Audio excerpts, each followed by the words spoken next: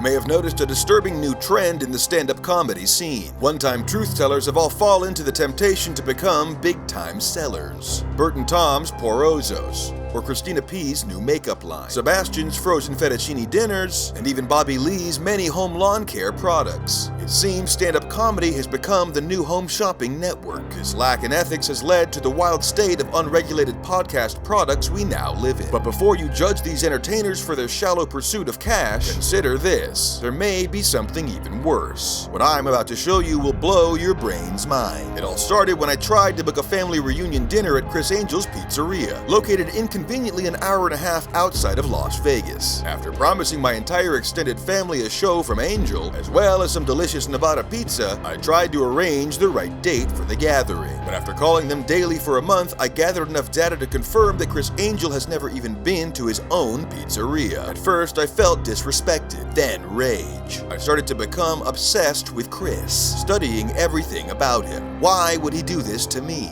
And how can I bring him down? After spending a week completely drunk rewatching Mind Freak Season 2, I noticed something. A certain style. A style no one would actually choose for themselves. A complete mix match of random Hot Topic attire. A style I had only ever seen one other time. Luis J. Gomez during Skankfest. I had often wondered why Luis would don the same Hot Topic styles only for the annual event. There had to be a connection. So after spending a weekend on cocaine scouring the internet, I finally found what I had been looking for. Both Criss Angel and Luis J. Gomez's names appear on the graduate list from the New Jersey College SU, Scammers University. This explains how Luis has gotten away with so many fraudulent shell corporations. From his homemade gun kits to his music lessons for the deaf. And even Luis's patented invisible bricks, he's generated millions in profits. But with the launch of his new product, BodyBrain, something's different. At first, it seemed that Luis had created this brand for the sole reason of perpetrating the crude and juvenile joke of putting some BBC in the mouths of his chums. I couldn't put my finger on it, but something wasn't right. This snake oil was getting real support by fellow comedians, a rare sight in the bloodthirsty capitalistic cesspool known as comedy. I decided the only way to get to the bottom of it was to start testing on myself. So after giving my credit card info, social security number, and birth certificate to the website, I received a bag of Luis's latest lie. I was determined to find out what this twisted grifter was up to, and as the BBC entered my mouth, I almost choked. Something about this BBC shooting down my throat just didn't feel right. But soon the real effects of this alleged coffee took over. I could feel it coursing through my veins. I felt like I was transforming into a beast, trapped in the body of a Bromo sapien. And for the next 12 hours, I dominated my parents' household. I became the alpha.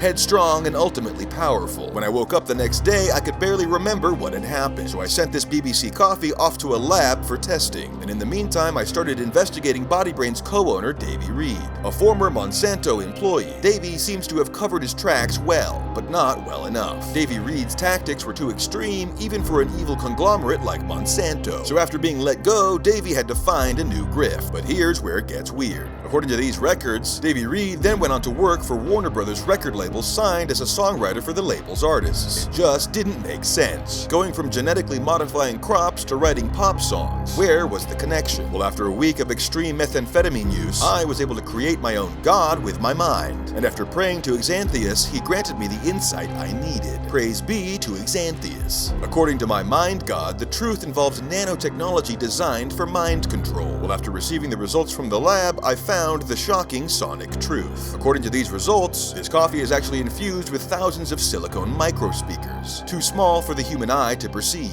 After extracting these tiny beacons, we were able to detect the code being sent out. Disturbingly, each of these tiny speakers has the song Headstrong by Trapped on repeat, subconsciously encouraging BBC drinkers to become aggro bros who will never back down and will take on anyone. But why? Well, after consulting with Xanthias, I learned that Davey Reed is the songwriter and primary rights holder of the entire Trapped catalog. That's right, he's hypnotizing BBC drinkers into buying Trapped's 2002 self-titled CD, making himself millions in the process. But what about Luis? How could he be benefiting from this arrangement? Well, the unintended side effects of the coffee's aggro-boosting properties led users to move out of alleged gay cities and into the countryside where they can be entirely straight and not gay, aka Less competition in the stand-up scene. You can look at the comedy rosters and see the slow decline of BBC drinkers performing. One by one, they're all becoming extreme Republicans and quitting the gay act of performing, just like Lewis wanted. Who knows what type of new world order Davey and Lewis are trying to usher in. But I'll be there with my mind god Xanthias to battle the Christian god being pushed by trapped fans. Until then, BodyBrain Coffee,